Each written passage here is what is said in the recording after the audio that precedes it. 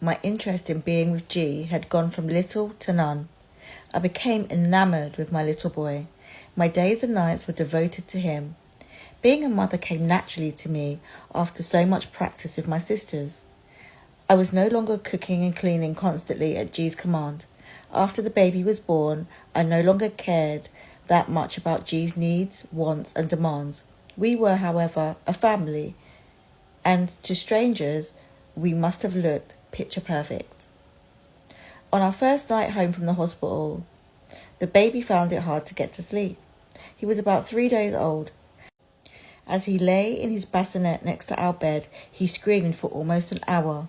When I tried to console my son, G forbade it, saying he would be spoiled. What? He's 3 days old. Ugh. I fought my maternal instinct for a while, but eventually grabbed my son and brought him back to bed with me. Any advice that anyone gives you that is against your maternal instinct, disregard. Seriously. Like, doesn't matter who gives it to you, just disregard it if it goes against your maternal instincts. From that night on, I slept with my back turned to G and with the baby nestled tightly in my arms against my heart, and the sound of its beating would soothe the baby all night long. It became evident that G had no paternal instincts. He once said he wanted a baby just to see what he could make. Once he saw him, his interest quickly faded. One night, I placed the baby in bed between us for a few moments as I sat up to drink a glass of water I'd left on my nightstand. G rolled over onto the baby and then began to smother him with his arms.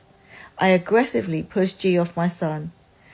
As time went on, I began to feel as if I had to choose between my son and his father. G had a way of pouting angrily. He sucked his teeth and blinked his eyes excessively. It was a silent intimidation. And one day, he even admitted to me that he had become jealous of our son and the attention I showered on him. I hate men like that. I once had an ex that was jealous of my cat. I know, right? Anyway, where am I? Okay.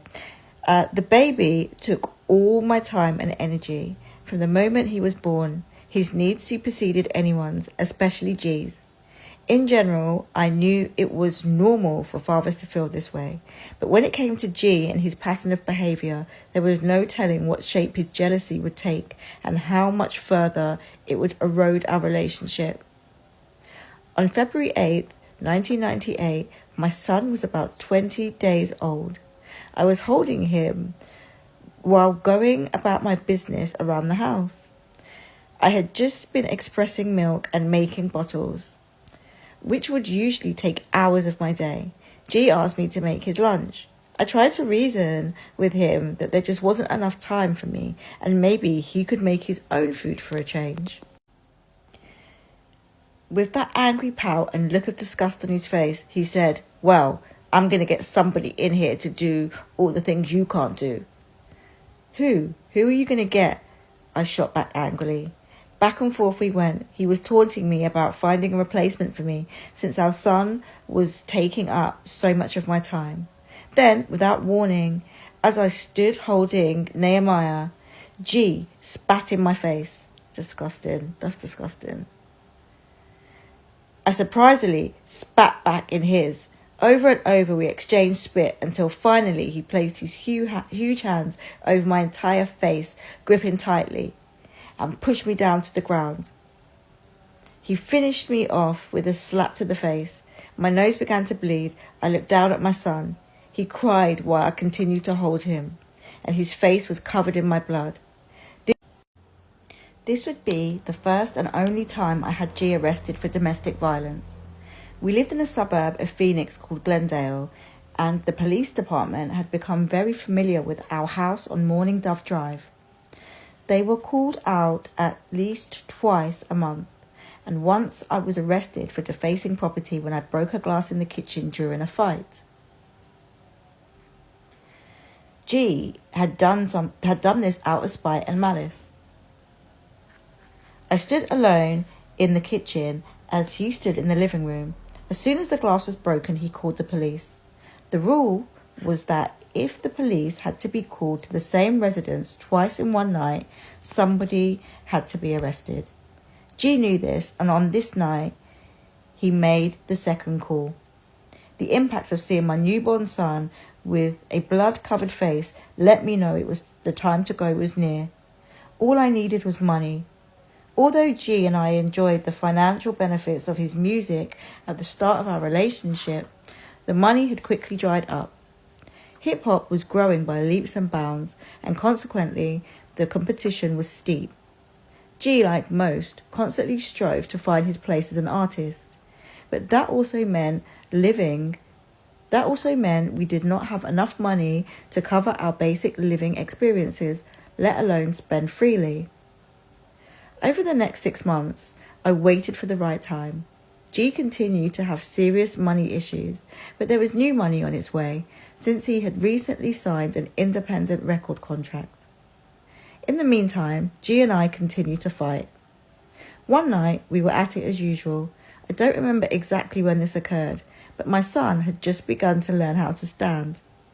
He had been asleep in his playpen in our bedroom when the argument G and I were having got loud. I could feel myself getting stronger as time went on. When he spit, I would spit back. When he screamed, so would I. I was nearing my breaking point, and on this night, as I saw his hand ball up in preparation to strike me, I leapt at him with the intention to strike first. I knew that I could never hurt him physically, but it was the principle. As I lunged, I proved to be too slow, and as he raised his fist and punched me in the mouth, I fell to the floor face first and automatically checked for all my teeth. They were all in place, but my lip was split and bleeding. I was wearing one of G's white t-shirts, which I instantly used as a makeshift bandage. I got up from the floor, grabbed the phone, and raced to the hall bathroom, locking myself in. He stood at the door, whimpering and begging me not to call the police again. He was scared, almost in tears, and I was in shock. It was the first time he had scarred my face, and I cried as I looked at the hideous results. I did not call the police that night. I called his mother in New York. After explaining the incident to her, I opened the door and handed him the phone. I was screaming and crying, "You busted my face!" While he was on the phone, I found myself wandering the street in his bloody t-shirt, screaming at the top of my lungs. It was late, maybe even after 11 at night. Before anyone could see me, he ran out, threw me over his shoulder, and placed an ice pack on my lip. A few months later, G packed his bags and was on his way to the East Coast for a promotional tour to support his new independent album, Roots of Evil. You'll know all about that, right? About a week or so before he was to leave, I made a decision to have my breast augmented to reverse the effects of breastfeeding my son. One had significantly changed and was very different from the other. G would try to tell me they were fine, but I knew it was a lie. By this time, I had lost all the weight I gained during my pregnancy. I was 96 pounds before getting pregnant and 140 pounds after giving birth. It's not a lot at all, is it? By the time my son was 6 months old, I was back down to almost about 100 pounds. I was determined to leave G very soon and was slow myself. I knew that with no formal education or training of any kind, I would have to resort to stripping to take care of my son and me. G showed little interest in supporting his two oldest children, one of whom suffers with cerebral palsy. I knew what he was capable of or not capable of, but I also knew what I was capable of. I was getting stronger and would be leaving for good. The day G left for a promotional tour was the same day that I had my surgery. He took me to the doctor and picked me up after the procedure. If he hadn't have been so preoccupied with his tour at the time, I never would have been able to get away with having the surgery. As soon as we got to the house, G was on his way to the airport. He assigned one of his friends to stay with me and the baby since I was still feeling the effects of the anesthesia. The baby remained in the bed with me for the first 2 weeks as I recuperated. Under heavy medication, I managed to make bottles and change diapers. Initially, not having G around was a good thing. It gave me the freedom I needed to heal and grow into the woman I wanted to be, without him. During this time, not only did I get my body back in order, but I also learned how to drive and acquired a driver's license. Good for you, girl. But actually, good for you. I bought new clothes to fit my body and experimented with makeup and different hairstyles and colours. I had also begun to experiment with music. One of the rules of G's house was that I was not allowed to listen to the music of other male artists. He would get jealous and assume that I wanted to be with that person. On one occasion, earlier in our relationship, I had become a fan of a song that Boyz II Men performed for the soundtrack of the movie Soul Food. The song was a sweet ode to mothers, and I would listen to it and imagine that my son, not yet conceived, would feel that way about me. However, G saw it another way. He forbade me to listen to that song, insinuating that I would want to have an affair with at least one of the members of Boyz II Men. He was the same way about a lot of other artists. So, when he left, I went hip-hop crazy. At this time, I discovered DMX, Nas, AZ, and The Firm. It's also when I began to see the genius in Jay-Z, Biggie, and Tupac. I began to feel like Lauryn Hill knew my pain during my separation with G, and like she was my big sister. She made me stronger with her words. Her album, The Miseducation of Lauryn Hill, spoke to me and helped build me back to where I was before I knew G. This girl did a lot in 2 weeks.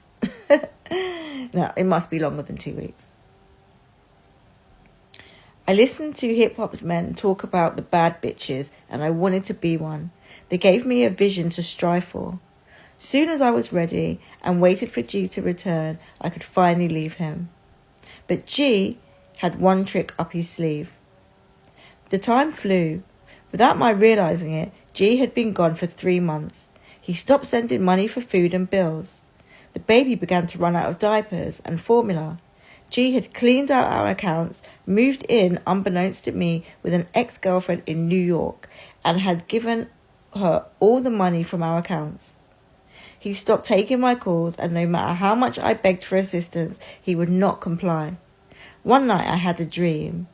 I called his name in my dream, begging him to come home with me, but he turned his back and walked towards the other woman.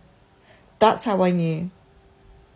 I asked him if he was with someone, and he denied it. I asked quietly for him to tell me, and we would work it out. Still, he denied. I began my own investigation, calling the girlfriends of one of his best friends in New Jersey, and before long, I had my answers. I called G at her house one morning, at 1 a.m. "Hi, Ashley, this is Gisette. Can I speak to G, please?" He got on the phone, and I asked him, "Why didn't you just tell me? I asked you and you lied to me." I asked him to please send some money for us, and we would talk about everything else when he returned. His response was typical of the man I had known. "Fuck you, you stupid bitch. I don't give a fuck. I'm not sending you shit. You'll just have to suffer." On and on he went. With every word, my strength diminished. Everything was my fault again, and I would be made to pay. Eventually, a friend of G's came over and brought some money for food and expenses. Because of the stress, I continued to lose weight. By the time G made it back, my son was a year old. He had missed his first birthday, his first steps, his first word, "Mummy." True to form, G bought gifts when he arrived home from his escapades. Yet, when our son saw his face and heard his voice, Naheem cried. Anytime G entered the room, my son cried. We both knew that our relationship was over. He decided that he would give me the money I needed to leave. $3,500. Is that it? That would have been enough to get an apartment and a car. I waited for him to give me the money he promised, during which time G continued to torture me. He moved his ex, who hated me, into the house. Although there were 2 empty bedrooms upstairs, she and their son slept in the living room floor, and I was trapped upstairs unless I wanted some sort of confrontation. She and G never got along until right then, which was just for his convenience and spitefulness. All of a sudden, they were best friends, hanging out all day, laughing and carrying on. I was an outsider in my own home and had to sneak around to avoid confrontations with either or both of them. G was not beating me physically at this time, but inside I was bruised and battered. He also never missed a moment to tell me how ugly and skinny I was, how he was disgusted just looking at me. G spent hours upon hours on the phone with his girlfriend in New York, Ashley. The phone and the other bills of the household were in my name, and all I wanted to do was cut everything off, but I knew I would only be making more problems if I did. My strategy was to get through and get out. I waited 3 long weeks for the $3,500. In the end, all he gave me was $1,000. Towards the end of the 3-week period, I began to realize he was never going to give me what I needed in order to leave. He needed me to need him.